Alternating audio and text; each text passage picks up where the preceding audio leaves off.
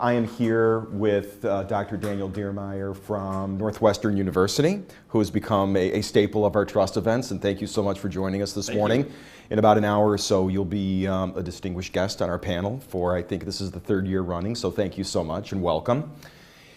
3 questions for you today regarding the findings of our 2012 Trust Barometer. The first question for you, precipitous drop in trust among CEOs. In fact, the most steep drop we've ever seen since we've been doing the trust study.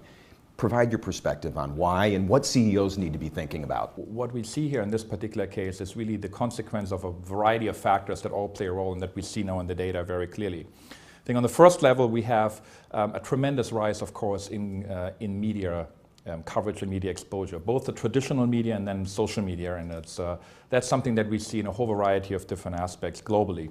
The second component is that companies over the last few years have started to build business models more on trust and creating customer intimacy. That's a great thing if it succeeds, but then trust very frequently can flip over into betrayal. That's a very strong emotion, something that we've seen, for example, with Netflix.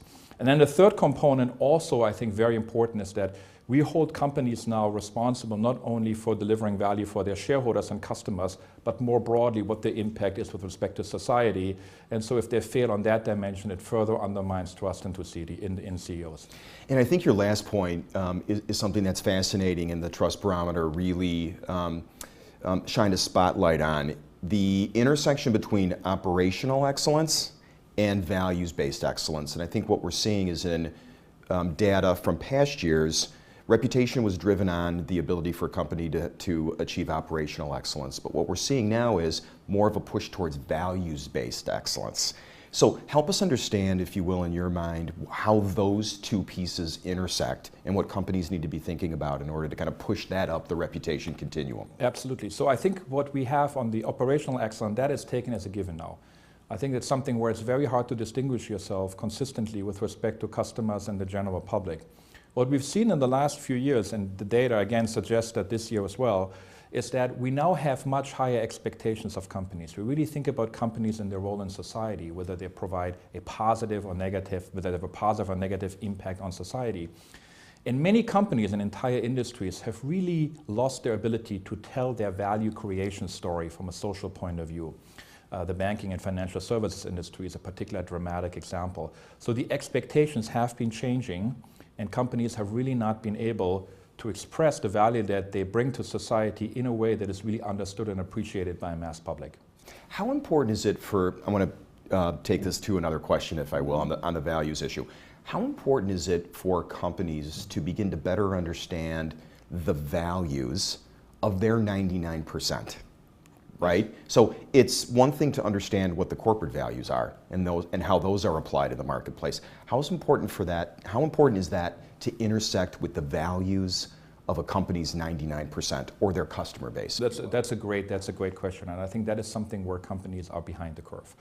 You see this particularly, I think, on 2 dimensions. The first one, if you have a company that started out successfully in the one market and then expands globally and really fails to connect with the values that drive a marketplace that they're not intimately familiar with. The second component is where you also have generational shifts. So we talk about Generation X and Generation Y, but there's an underlying fundamental value shift that we see with younger generations, particularly in Europe, particularly in the United States, but increasingly also in Latin America and India, that just demand from their companies some connection to the types of things that they hold intrinsically dear. And it is not just operational excellence. Final question for you.